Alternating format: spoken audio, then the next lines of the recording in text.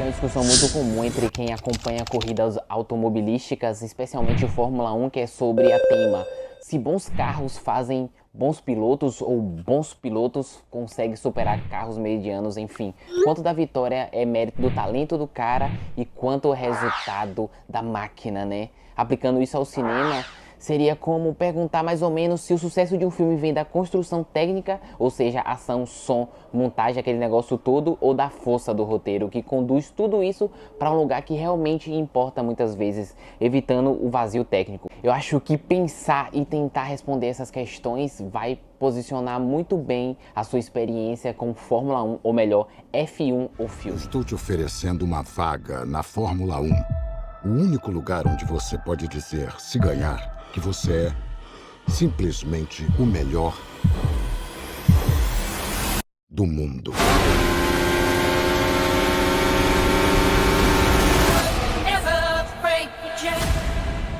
Sonny Hayes é uma lenda do automobilismo cujo o sucesso foi interrompido por acidente e também por decisões ruins, fruto da sua imaturidade. O garoto prodígio que correu com Senna, Mansell e Prost tornou-se uma lenda que nunca se concretizou. Muitos anos depois, ele é persuadido a voltar à Fórmula 1 para a equipe do seu amigo que precisa desesperadamente de resultados para continuar existindo. Essa sinopse de Fórmula 1, o filme. A dupla de Top Gun Maverick retorna aqui, o Joseph Kosinski está dirigindo aqui e o Ehren Kruger assina o roteiro. O elenco tem Brad Pitt como protagonista, acompanhado de Javier Bardem, Denzel Idris, Kerry Condress, todos em papéis importantes aqui na trama, e é desses filmes espetáculo, né? E de fato é um espetáculo visual e sonoro, sim. Ele é uma experiência, ele é uma imersão, ele é uma potência estética, digamos assim. Ele é um espetáculo. Se pilotar aquele carro for a última coisa que eu faça na vida, eu viveria essa vida, cara. Mais 1000 vezes. A fotografia aposta em uma câmera que, ao sair de um ponto de fuga do horizonte e focar de volta no piloto, faz um movimento orbital. Cara, uma meia-lua como se nos obrigasse a permanecer ali no máximo de tempo possível. É como se a câmera nos aprisionasse na ação. Primeiro ele explica o sentimento da visão do piloto e depois nos leva a conferir se a sensação que a gente está tendo faz sentido quando a gente olha para o piloto. A fotografia é dinâmica, ágil, mas ao mesmo tempo também ela não é tanto aflita, ela tem calma, ela deixa que a montagem escolha o ritmo, escolha o momento certo de acelerar ou de frear. E acho até mais que isso, ela dá muitos artifícios para o filme não se render a uma edição necessariamente frenética, que leva a muitos filmes desse gênero a ficar muito confusos e até cheio de conveniências. Esse aqui não cai nessa bobagem. A trilha sonora assinada pelo Hans Zimmer, ela naturalmente se destaca porque, cara, é o Hans Zimmer, enfim, só que ela conduz uma tensão silenciosa muito marcante. É como se tivesse um grande relógio ao fundo ali das ações, delimitando, cara, aonde o filme tá, para onde o filme que tá querendo ir, onde a gente quer que vá e etc. Só que a mixagem que domina, a mixagem de som desse filme, especialmente como se funde com a montagem, meu irmão, aulas. O uso de match cuts, né? Ou seja, quando a gente mistura cena com som, é muito eficaz. Quando ele nos coloca, tanto quanto o piloto, quando a gente nos coloca no contexto todo. Porque Fórmula 1 é um grande círculo. Então a gente precisa escutar e absorver esse contexto. A montagem, por exemplo, junto com a mixagem, né? Ela exalta a torcida para criar mais barulho, mais confuso, aí depois ela volta com o som abafado do carro, como se a gente estivesse colocando aquele capacete. Quando a câmera desce nos pneus, a gente escuta mais detalhes, o chão, o traçado, o vento, a mixagem assim, cara, muito precisa. E aqui quem dita o ritmo aqui de Fórmula 1, o filme. É um filme que oferece uma experiência sensorial à altura desse esporte. Um esporte barulhento, veloz, que tem um certo caos ali, mas que também requer uma organização tecnicamente, mixagem, fotografia. Cara, coloca F1 bem no cantinho dele. E tudo ter sido realizado acompanhando um ano da temporada de Fórmula 1, um ano de fato ali, mostrando os pilotos, os bastidores. Acho que deixa tudo muito mais crível. Mas ao mesmo tempo flerta ali com essa ideia de que esporte vendem muito bem. E Fórmula 1 não é diferente. Essa ideia de que quem pratica aquilo, principalmente em alto nível, faz parecer que o que pareça algo de outro mundo. Fazendo parecer que tudo aquilo ali, coisa de cinema. Cara, esse aqui é estratosférico. Se F1, o filme, fosse apenas só a parte técnica, seria impecável, mais do que o bastante. O Joseph Kosinski, ele domina a manipulação da ação. A gente já viu isso em Top Gun Maverick, e quando eu falo em manipula a ação, né, ou domina a manipulação da ação, eu quero dizer que tudo no filme gira em todo o diálogo nasce em torno da ação e desaba nela. Todo acontecimento gera uma consequência imediata ou decorre de um anterior. O filme não perde tempo, até o drama serve para empurrar a ação ao novo patamar. E assim ele vai escalando o tempo todo. Quando ele volta, quando ele recua um pouco, ele não esquece do nível que estava antes. É como se ele saísse ali de uma parada dos boxes e já na velocidade máxima, tipo. Então eu repito, tecnicamente o filme é impecável. A questão é que excelente carro de corrida não corre sozinhos. O piloto mediano pode até ganhar algumas corridas, mas eu acho que é quando esse filme aqui tropeça. Quando F1, o filme, ele dá uma tropicada, dá uma saída ali na curva. E no cinema, o piloto que conduz uma trama é a narrativa. E nesse caso aqui, é preciso falar de alguns problemas. Primeiro, organizar. O roteiro, ele aposta em uma convergência, isso no encontro de dois troncos narrativos para sustentar a sua estrutura principal. De um lado temos o prodígio caído, cuja trajetória assim se ancora num arco de redenção, que busca a reconciliação com quem foi, com quem é, com quem deseja voltar a ser. Já vimos isso 200 vezes, nenhum problema ver isso 201 vezes. Nenhum problema. Do outro lado, que espelhado aqui, temos um tronco do prodígio rebelde. O prodígio rebelde, porém esgotado, porém ele está carregando o peso da expectativa, ele está sendo fruto de um esgotamento emocional que o afasta do seu talento, que exige, portanto, uma reconexão com sua paixão original.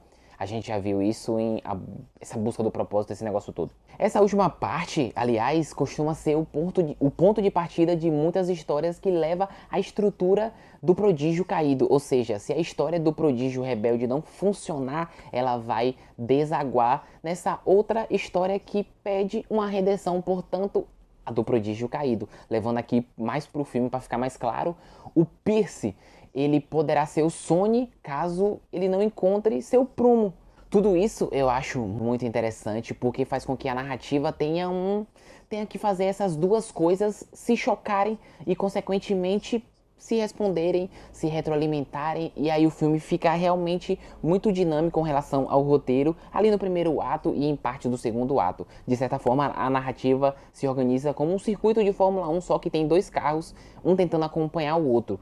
E ela posiciona essas duas forças, digamos assim, em rota de colisão. E disso, olha, emerge muitos conflitos, muitas encruzilhadas que vão dando força pra trama. Durante boa parte do filme, isso funciona, como eu disse, perfeitamente bem, especialmente quando há alternância de protagonismo, o que gera até um efeito metalinguístico muito curioso, que parece que a gente está acompanhando a disputa entre piloto 1 e piloto 2 de fato a gente está vendo ali nas pistas. Mas a construção, ela perde um pouco de força quando as duas trajetórias precisam colidir para gerar uma terceira e obviamente a mais impactante da trama, e quando essa colisão acontece, o filme simplifica muito. Nesse ponto específico é quando o roteiro não vai bem.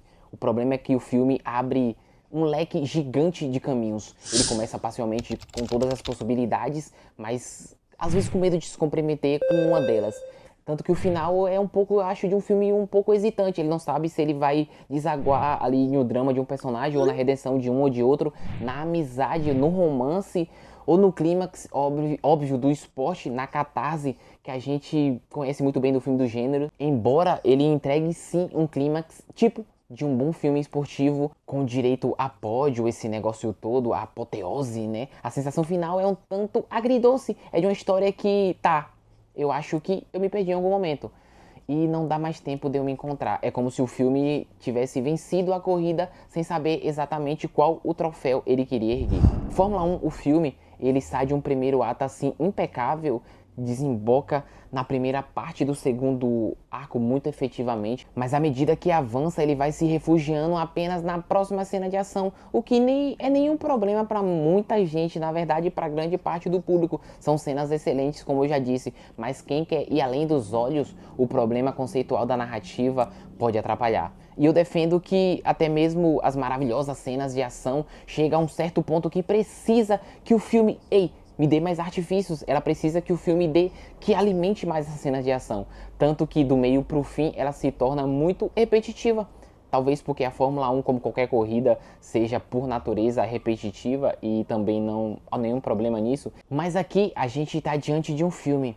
Então faz sentido criar poesia a partir daquilo que não é necessariamente poético. Isso não anula as grandes sequências de ação, que fique claro que de fato são cenas que preenchem e deixam o espectador preso ao assento. Mas é verdade que em determinado momento o filme se torna previsível, inclusive nelas, o que de certa forma testa contra o próprio esporte, como se as possibilidades da corrida fossem limitadas e sabemos bem que não são.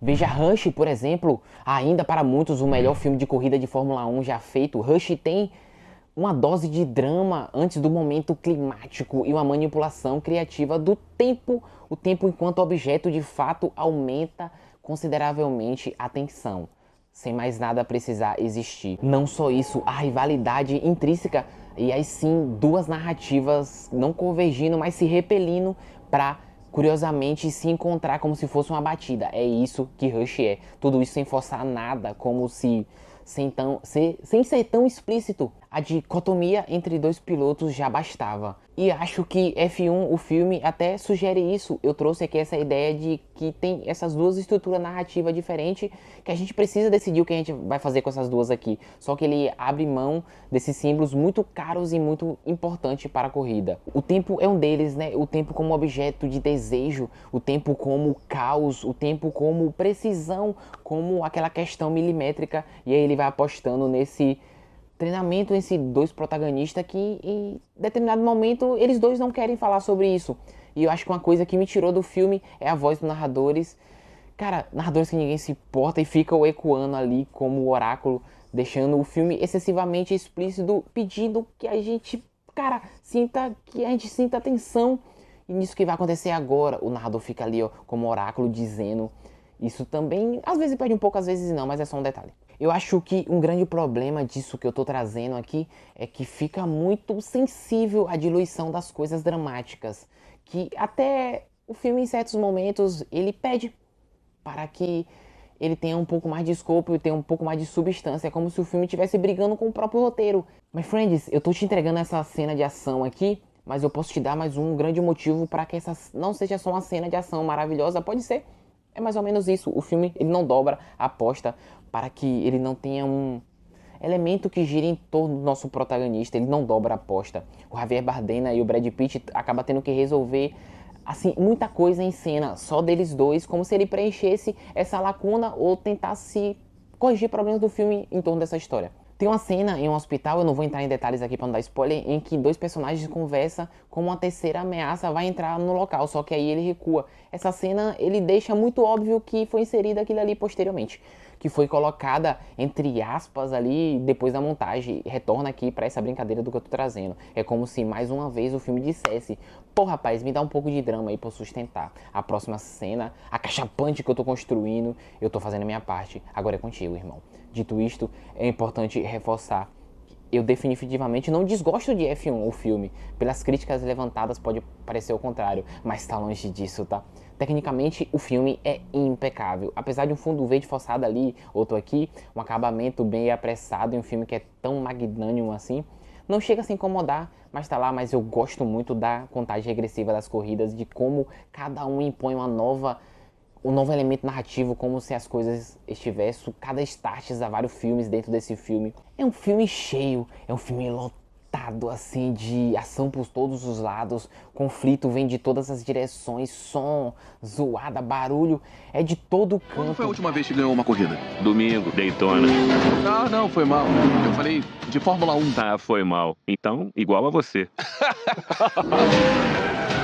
assim, é ação pra todos os lados, o conflito vem de todas as direções, é confusão em vários níveis, é o caos que se espera de um paddock, por exemplo, de os bastidores ali da Fórmula 1.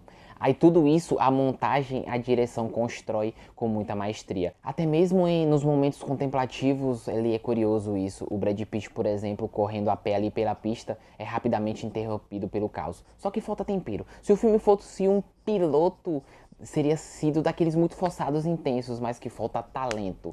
Mas eu ainda acho que é uma peça assim, muito interessante para contribuir, para alavancar ainda mais a cultura da Fórmula 1, principalmente nos Estados Unidos, né? Eles estão nessa empreitada ali ultimamente, mesmo que peque ao evitar alguns certos detalhes, como uma corrida de classificação, por exemplo, que eu acho que poderia ter ali, peca porque não explora pessoas que podia deixar a história um pouco menos óbvia. Falta brincar um pouco com acaso, incluir aquela surpresa que só quem acompanha a Fórmula 1 conhece muito bem, trazer os números pra frente eu acho que é importante, né? Mas o filme escolheu ser protocolar, não errar no que ele não podia errar de jeito nenhum, não quero, como eu disse, na ação, na correria, né, etc. E no restante foi protocolado.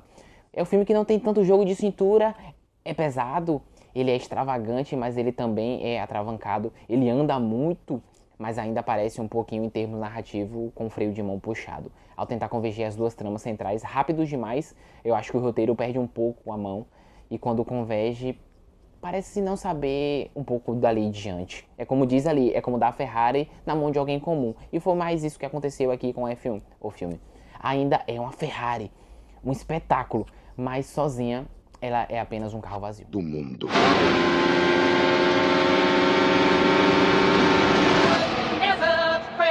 É isso, my friends. Muito obrigado por ter chegado ao final desse filme aqui.